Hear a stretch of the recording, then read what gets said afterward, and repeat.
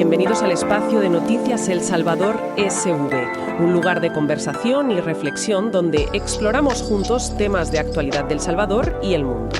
Tus donaciones al proyecto son vía PayPal y QR Bitcoin. Búscanos en tu plataforma favorita, búscanos como Noticias El Salvador SV y ahora puedes buscar nuestro programa hermano, Documentales del Salvador. Allí encontrarás casos e historias que seguro te resultarán interesantes. Hoy vamos a hacer un análisis bastante a fondo de algunas noticias económicas internacionales clave y cómo podrían repercutir. Y luego, claro, nos centraremos en la actualidad del Salvador con base en distintas informaciones recientes. Nuestro objetivo, como siempre, es destilar lo más relevante y ofrecer algo de perspectiva. Empezamos entonces con el panorama internacional, si te parece, y en concreto con el mercado de criptomonedas, que siempre da que hablar. Siempre volátil, sí. Hemos visto movimientos bruscos últimamente, ¿verdad? Bitcoin y Ethereum tuvieron caídas importantes desde sus máximos, aunque ahora parece que intentan, una cierta recuperación. Sí, efectivamente. Bitcoin llegó a bajar casi un 20% desde su máximo histórico. Y Ethereum, se acercó a los $3,000, viniendo de casi 4,900 en verano. Ahora intentan rebotar. ¿Y este intento de rebote a qué se debe? ¿Hay algún contexto? Pues mira, coincide con una mejora, general del ánimo en Wall Street. Parece que influyen bastante las expectativas sobre una posible reapertura del gobierno en Estados Unidos. Ah, claro, que lleva cerrado un tiempo récord, ¿no? Exacto, 40 días. Un récord. Y cuando hay optimismo en los mercados tradicionales, es habitual que se contagie un poco a activos de más riesgo, como las cripto. Además, si el gobierno estadounidense reabre, podría entrar más liquidez al sistema. Y eso, claro, también podría dar un empujón. Entendido el contexto general. Pero si bajamos un poco más al detalle, a los datos específicos, ¿qué señales tenemos sobre Bitcoin y Ethereum? ¿Hay motivos para ser optimistas o...? Pues a ver, la verdad es que el panorama es mixto. Lo que invita, yo diría, a la cautela. En el caso de Ethereum, algunos análisis de órdenes de compra y venta, los datos de CryptoQuant, por ejemplo, sugieren que podría estar volviendo cierto interés institucional. Inversores grandes, ¿te refieres? Eso es, grandes fondos, empresas. Si Ethereum consigue mantenerse por encima de ese soporte clave entre $3,000 y $3,400, podríamos estar ante una fase de acumulación, donde estos grandes jugadores compran, sin hacer mucho ruido. Interesante para Ethereum. ¿Y Bitcoin? Para Bitcoin la situación parece, algo más compleja ahora mismo. Se está viendo bastante presión vendedora. Viene de carteras que han tenido Bitcoin mucho tiempo, las llamadas billeteras antiguas. Las que aguantan. Esas mismas. Y estamos viendo transferencias importantes desde esas carteras a plataformas de intercambio como Binance. Y eso normalmente se interpreta como una intención de vender. Vaya. ¿Y qué pasa con los ETFs de Bitcoin al contado? ¿Esos fondos que cotizan en bolsa? Se suponía que iban a traer mucha demanda. Pues ahí también hay señales de enfriamiento, diría yo. Los flujos de dinero hacia esos ETFs han caído bastante desde sus picos. Hablamos de unos $2,300 millones menos. De hecho, han tenido la mayor salida neta de dinero desde mayo de 2025. O sea, que no está entrando tanto dinero como antes. No. Y además, los inversores a largo plazo, los LTHs que llamamos, que son como los más convencidos, volvieron a vender en octubre. Y esta vez, a diferencia de principios de 2024, la demanda no ha sido tan fuerte para absorber toda esa oferta a precios altos. El mercado parece estar corrigiendo, está claro. Has mencionado las billeteras antiguas y los LTHs. Para quien no esté tan metido, ¿por qué es importante que justo estos vendan? ¿Sugiere poca confianza? Es relevante, sí, porque estos inversores suelen ser los que menos venden, aguantan, como decías. Si empiezan a vender de forma significativa, se puede interpretar de varias maneras. Quizás creen que el precio actual es bueno para recoger beneficios, o quizás ven nubes en el horizonte, riesgos. No significa que pierdan la fe del todo, pero sí indica que parte del dinero inteligente, está saliendo o reduciendo su apuesta. Vale. ¿Y el análisis de la cadena de blocos? Lo que llaman datos on-chain, ¿aporta algo más? Sí que aporta, aunque también con matices, como casi todo en este mercado. Algunos análisis, por ejemplo los de Glassnode, que miran a qué precio se compraron los Bitcoin que circulan, identifican zonas clave. Parece que hay una concentración importante de monedas compradas cerca de los $110.000. ¿Eso qué significa? ¿Que si sube hasta ahí, la gente venderá? Podría actuar como una resistencia. Exacto. Si el precio se acerca, muchos podrían vender para recuperar lo invertido o asegurar ganancias. Por otro lado, se empieza a ver cierto interés comprador, una posible acumulación, pero todavía débil, cerca de los $102.000. Es como un pulso, ¿sabes?, entre la oferta esperando arriba y una demanda tímida que se forma abajo. Un tira y afloja. Eso es. Aunque, ojo, otros indicadores on-chain, según CryptoQuant, todavía sugieren que, a pesar de todo, hay una base sólida de inversores acumulando. Así que, como te decía, señales encontradas. Muy claro. Es un escenario complejo, desde luego. Y todo esto, como apuntabas al principio, muy conectado con la situación macroeconómica, sobre todo en Estados Unidos. Exacto. Los ETFs, por ejemplo, son un buen termómetro del apetito institucional. Si viéramos que las entradas de dinero en estos fondos repuntan de forma sostenida, sería una señal positiva. Pero claro, esto dependerá mucho de si mejora el contexto general, si finalmente reabre el gobierno estadounidense, si la bolsa sigue recuperando. Técnicamente, tanto Bitcoin como Ethereum están intentando superar niveles importantes, medias móviles que los analistas seguimos de cerca. Ethereum parece mostrar algo más de fuerza en este rebote reciente, moviéndose sobre los $3.600. Sí, parece que aguanta mejor. Y un indicador técnico, el RSI, que mide la fuerza del precio, está subiendo poco a poco. Eso sugiere que la presión vendedora podría estar disminuyendo. Has mencionado varias veces lo del cierre del gobierno de Estados Unidos. Justo hay informes recientes que hablan de un acuerdo bipartidista para reabrirlo, después de esos 40 días de récord. Ya se estaban viendo efectos muy concretos, cancelaciones de vuelos, más de 2.000 en un día, creo. Precisamente, si se confirma esa reapertura, sería una noticia positiva para los mercados en general. Mejoraría la confianza y liberaría liquidez. Y eso podría beneficiar no solo a la bolsa, sino también a activos de riesgo como las criptomonedas. Es un buen recordatorio de cómo la política, las decisiones de gobierno, pueden tener un impacto económico muy real y a veces bastante disruptivo. Bueno, dejamos por un momento los mercados financieros. El panorama internacional trae otras noticias relevantes, con implicaciones geopolíticas. Vemos, por ejemplo, un acercamiento entre Rusia y Venezuela. Sí, eso leía. Moscú ha dicho que está lista para ofrecer asistencia militar a Caracas si se lo piden formalmente. Mencionan ayuda con aviones Sukhoi, radares, misiles. Y esto en un contexto donde Venezuela se queja de la presencia militar de Estados Unidos en el Caribe. Exacto. Rusia habla de cooperación estratégica. Washington dice que su presencia es por la lucha antidrogas. Sin duda, es un punto de tensión a vigilar. Esa dinámica entre Rusia, Venezuela y Estados Unidos en el Caribe siempre tiene, repercusiones más allá. Es un juego de influencias. Por otro lado, en Oriente Medio la situación sigue muy tensa. Por desgracia, sí. A pesar de un supuesto alto el fuego con Hezbollah, se ha informado de un ataque israelí con dron que hirió a 7 personas en Bint Jebeil, en Líbano. Parece que impactó un vehículo cerca de un hospital. Y hubo otro incidente parecido en Barachit. Complicado. Y en paralelo, una noticia legal importante. La Fiscalía de Estambul ha emitido una orden de arresto contra Netanyahu y varios ministros israelíes por genocidio. Esos ataques muestran lo frágil que es cualquier tregua allí y la violencia que persiste.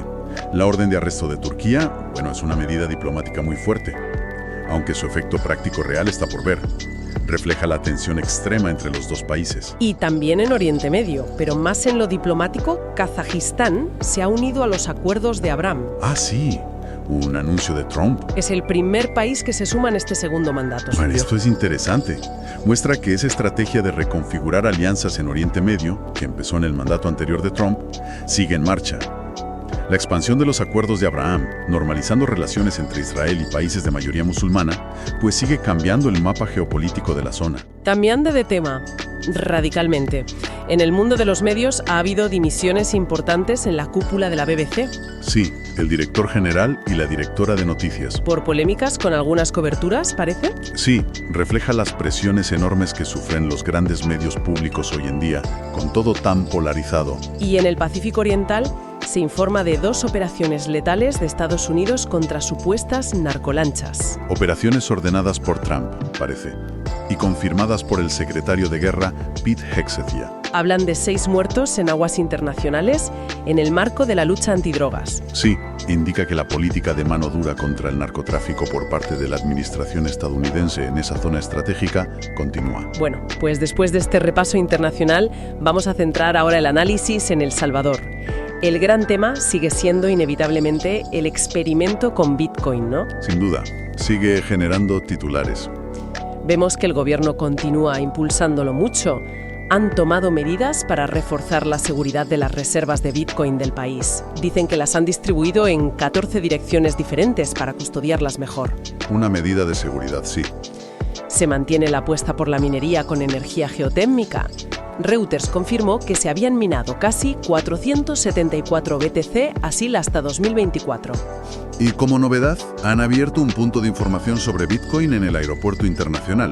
Ah, sí, pensando en turistas y eventos, supongo. Eso parece. Mencionan Adopting Bitcoin 2025 y la Bitcoin Week. Bueno, la estrategia salvadoreña con Bitcoin sigue dando mucho que hablar, como decías. Por un lado, el gobierno mantiene su línea. Bitcoin es moneda legal, comunican compras, intentan proyectar esa imagen de acumulación de reservas y crean infraestructuras de apoyo, como ese puesto en el aeropuerto. Pero claro, un análisis equilibrado necesita mirar también otras perspectivas. Y aquí es clave mencionar el reciente acuerdo con el FMI. El Fondo Monetario Internacional, sí, un acuerdo importante, ¿no? Muy importante, 1.400 millones de dólares a 40 meses. Esto da un respiro financiero considerable al país. Y es interesante que el propio FMI, al aprobar esto, comentara algo sobre Bitcoin, ¿verdad? Exacto. Y fue bastante claro, la verdad. El FMI señaló que, a pesar de todo el esfuerzo y la promoción, la adopción de Bitcoin como moneda de curso legal no ha mostrado mejoras visibles en la economía real de El Salvador, al menos hasta la fecha. Ahí está el choque, la narrativa oficial contra la evaluación de un organismo internacional clave. Justo ahí se plantea esa dicotomía. El gobierno destaca sus reservas de Bitcoin, que se estiman en miles de monedas, la minería geotérmica, y al mismo tiempo, es innegable que el turismo está en auge. 2024 fue récord y en 2025 sigue creciendo a 2 dígitos. Lo dicen el Ministerio de Turismo y también informes de Estados Unidos. Sí, eso se comenta mucho. Pero la pregunta es, ¿cuánto de eso es por Bitcoin? Esa es la pregunta clave. ¿Cuánto de ese éxito turístico se debe directamente a Bitcoin? Es muy difícil aislar ese factor. Muchos análisis, incluso los del Departamento de Estado de Estados Unidos, sugieren que la mejora enorme de la seguridad en el país es un factor primordial, quizá incluso más determinante que Bitcoin para atraer a esos turistas. Tiene sentido. ¿Y qué hay de otros indicadores que se suponía que Bitcoin iba a mejorar? Como las remesas, por ejemplo, o los bonos volcán. Pues los datos de remesas tampoco acompañan mucho la narrativa inicial. Según cifras del Banco Central de El Salvador, las remesas que llegaron por canales cripto disminuyeron en 2024. Vaya, lo contrario de lo que se esperaba. Claro, contrasta con la idea de que Bitcoin haría más fácil y barato enviar dinero desde el exterior. Y sobre los bonos volcán, esos bonos respaldados por Bitcoin, aunque obtuvieron la aprobación regulatoria para lanzarse en 2024, y se saben detalles por la plataforma Bitfinex Securities, su implementación real, y sobre todo cómo los está recibiendo el mercado, qué volumen tienen, todavía no está nada claro. Falta transparencia, faltan datos concretos sobre cómo van. O sea que aún está por ver si funcionan. Totalmente. En resumen, El Salvador es como un laboratorio de Bitcoin a escala nacional. Hay un éxito claro en marketing, en atraer un cierto tipo de turismo, atención mediática. Eso es innegable.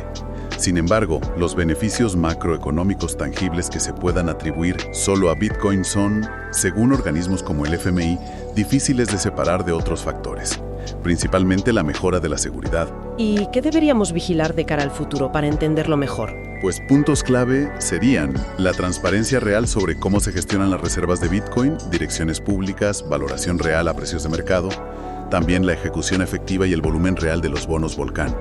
Y, por supuesto, seguir la evolución de indicadores económicos clave, turismo, intentando ver por qué viene la gente, inversión extranjera directa, remesas y, muy importante, el coste de financiación del país, la prima de riesgo. Solo con esa información se podrá evaluar objetivamente el efecto Bitcoin. Muy interesante esa perspectiva, sí, más equilibrada. Bueno, y más allá de Bitcoin, la actualidad nacional salvadoreña trae otras noticias importantes. En economía, por ejemplo, una proyección preocupante del diario El Mundo. Dice que El Salvador podría perder hasta un 36% de su PIB per cápita para 2050 por el cambio climático. Eso es muy serio. Un impacto brutal. Desafío estructural importante. Y lo del cambio climático exige políticas urgentes, claro. En una nota más cotidiana, los precios de los combustibles no cambian la próxima quincena. Algo de estabilidad ahí. Y un dato de consumo. La importación de juguetes llegó a $84 millones en 2025. Bueno, un dato curioso que puede reflejar ciertas pautas. En lo social, las cifras también dan que pensar. Entre 2024 y 2025, más de 27.400 demandas por impago de cuotas alimenticias. Más de 27.000, es muchísimo. Reclaman más de $31 millones en total. Y el dato demoledor, el 97% de los demandados son hombres. Es un problema social gravísimo. El impacto en los niños y sobre todo en las madres que se quedan a cargo es enorme. Además, persiste una brecha salarial de género importante. Los hombres ganan, de media, un 24% más que las mujeres. Lo dice el diario de hoy. Otra manifestación clara de desigualdades estructurales en el mercado laboral limita el desarrollo y la autonomía de las mujeres. Son temas que requieren políticas sostenidas y un cambio cultural profundo. En infraestructuras y desarrollo local hay algunas notas positivas. Se anuncia un nuevo hotel en el centro histórico de San Salvador, frente a la Plaza Morazán. Inversión en el centro histórico. Bien. La Dirección de Obras Municipales, la DOM, ha inaugurado un mercado moderno en Chalchuapa y también un muelle municipal en Meanguera, en el Golfo de Fonseca. Infraestructura local que puede dinamizar la economía de esas zonas, si se gestiona bien. Además, el Ministerio de Salud quiere impulsar un proyecto de telemedicina. Busca incorporar más de $11 millones al presupuesto del Hospital El Salvador para esto. La telemedicina es un paso importante para mejorar el acceso a la salud, sobre todo en zonas más alejadas. Habrá que ver cómo se ejecuta. En seguridad y sucesos, lamentablemente, siguen buscando a 2 desaparecidos tras un choque de lanchas en el lago de Ilopango. ¡Qué tragedia! Por otro lado, el ministro de Trabajo ha pedido reforzar la seguridad laboral. Esto después de un accidente terrible en una construcción en el centro histórico. El de los trabajadores soterrados. Sí, 2 trabajadores murieron soterrados haciendo obras de cableado. Muy grave. Tremendo. Subraya la importancia crítica de la seguridad en el trabajo, sobre todo en la construcción. Frentes: navegación, transporte público, laboral. Prevención y fiscalización son claves. Y para terminar con las noticias nacionales, un apunte sobre presencia militar extranjera observada. Se ha visto presencia de aeronaves militares de Estados Unidos en la base de Comalapa. ¿Qué tipo de aviones? Pues un P-8A Poseidon de patrulla marítima, un transporte C-40 Clipper y un avión de ataque AC-300J Ghost Rider de operaciones especiales. Ah, interesante. Según las fuentes, forma parte de las operaciones antidroga del Comando Sur de Estados Unidos en la región. Lo presentamos como un dato observado, sin más. Efectivamente. Es un recordatorio de la cooperación en seguridad entre El Salvador y Estados Unidos y de las operaciones conjuntas contra el narcotráfico, que sigue siendo un desafío enorme en la región. Hacemos aquí una pequeña pausa para recordarles que pueden colaborar con este proyecto de Noticias El Salvador SV. Si valoran este espacio de análisis, pues pueden realizar donaciones a través de PayPal o QR Bitcoin. Encontrarán los detalles en la descripción del episodio.